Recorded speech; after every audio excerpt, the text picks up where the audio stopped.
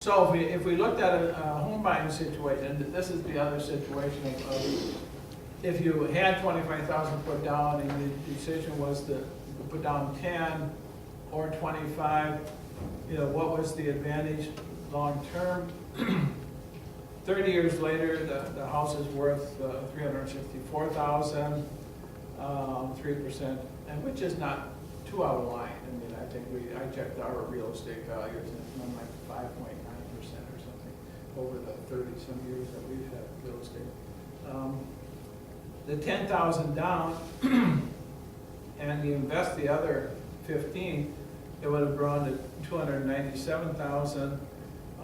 If you bought with 25,000 down and invested the extra payments, in other words, you were able to make the higher payments, but you decided, I wanted to put more money down, but I'm willing to take the extra money that I would normally have had to make for a payment and invest it. There's a difference between that, but it's really the mentality of looking at things and saying, how can I take this situation and create the best positive situation down. For some people, they feel more comfortable putting $100 some each month into investment, and others would say, well, I want to take the higher. I mean, in some respects, that's a more flexible position because you've got more equity in your house from day one. There's some people ask about emergency funds. How much money should you have in emergency? Well, if you've got significant equity in your house, that's an emergency fund. That is your catastrophic place to go if you need money. It'd take a few weeks to get it, but the reality is that's if you've got a $300,000 house and only $150,000, that $150,000 of equity can do a lot for you, and it's not costing you anything until you actually borrow against it. But rather than putting money in the bank at 1% or 0.5% or whatever they're paying these days, you're better off to pay down your mortgage faster and created that equity. Because even if you pay down the mortgage at 4%, that's better than putting it in the bank at 1% or less. So creating equity in the home or getting to debt-free as soon as you can has a lot of flexibility benefits in addition to having a source for emergency money. Okay, now if we keep thinking that the house is a roof over our head, and sometimes people I've had clients I've had to sit down and do the math with them. But we had a person once in their 80s, really didn't like to do the yard work anymore, was feeling like physically they couldn't, and yet they were paying, I don't know, $1,500 a year in taxes, and then they looked at going into assisted living, and that was going to cost them $3,000 or $4,000 or $1,200 to $1,500 a month, and they at that point, or actually it was an apartment that had other sources. It was less expensive than the $3,000 or $4,000. So I said, okay, fine.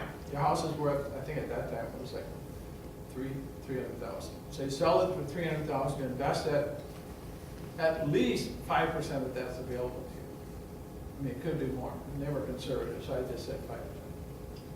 So that's $15,000 a year. So all of a sudden, they have this extra $15,000 in cash each year to pay toward their housing arrangement.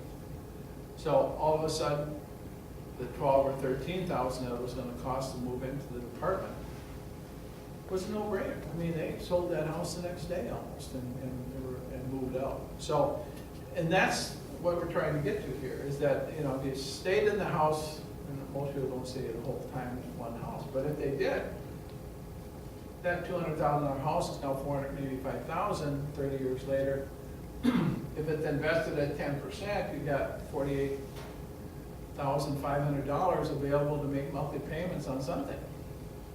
Whether it's rent in Florida or Arizona or nursing home or assisted living or, so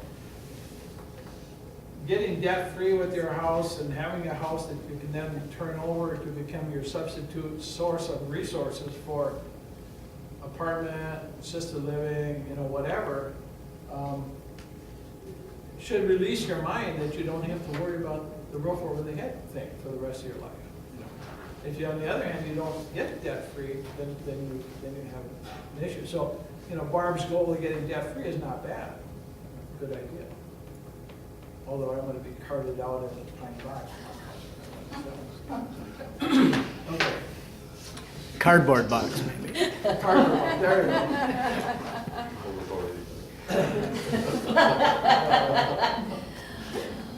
So we talked about what the advantage of the long-term benefits of having a house that can provide you for your living arrangements the rest of your life. Home improvement loan, we touched on that early on. Now let's take a look at some of the spending situations we have. Ben Franklin said that a penny saved is a penny earned. Now I have found it's a lot easier for me to save money on a transaction than it is to go out and make money. Of course, I was always self-employed, so I had, in order to make money, I had to go out and convince some client to come in and do some work. So to save $25 or $50 on a set of clothes would be, if I was making $25 an hour, that was the same as 2 hours of work I didn't have to do. And that's the kind of thinking process that I encourage people to go through. Why do you save money? Well, I mean, why do you try to bargain on things? Well, it's because that means I don't have to work as hard, or the resources I have are going to go for it. So, we live in a society where everything's on sale. I mean, if it's not today, it will be tomorrow, or it's going to be at some point. And so, as J.C. Penney found, that if you reduce your prices and everything, you go out of business. You need to have your sales, because that's where people come in and buy. And that's, unfortunately, we've been taught that. We've been taught that buying on sale is the way you should do it. Many countries in the world, if you travel, you find that they bargain on many things that they buy. Whether it's produce at the open market, whether it's knickknacks or whatever, it's a part of the culture. The reality is that we have that opportunity here in the United States. That if we work with small businesses, we work with managers, you see something that's discounted. If you approach every business as if it's a pawn shop trying to get rid of its merchandise, and you're willing to negotiate, many times you can save yourself some money. Now, some people just don't like that at all. I mean, that's almost anti-American to do that. I learned that early on in the Air Force when I was in Thailand. And the best ring I ever bought, Barb, was when I went into a place that I had no idea or no inclination or any intent to buy anything. So what started out at a certain price, when it got down to 5% of that price, I said, well, I can afford it at 5%. So you have to be willing to walk away. You absolutely have to. If you're not happy with the transaction, just walk away. I got to tell this story.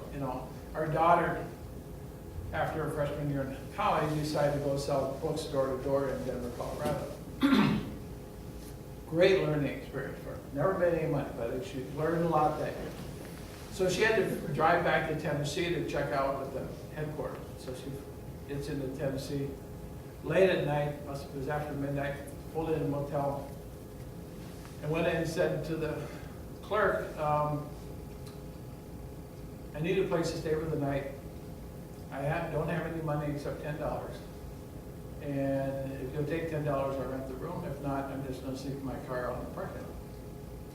Well, long story short, she got a room that night for $10. Now, that experience is in almost any motel business in the world. If you go in after midnight or really, really late, and they've still got rooms that aren't rented, anything they bring in is gonna be money they wouldn't have brought in otherwise. So don't be afraid to ask, you know, are you gonna rent this room tonight? No. I'll rent it to you. You know, start at 50% or 25%, you know, depending how aggressive you are.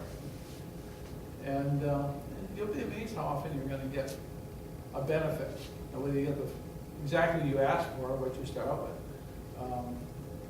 And I've done it a couple of times when I happen to be out traveling and stuff. And especially if you got a place that has 2 or 3 motels in a row with vacancy, I'm gonna go next door then, see what they're gonna do. Furniture for small businesses, clearly, farmers market, boats, snowmobiles, ATVs, you know, and I think some of us get programmed that, and I bought a ATV recently.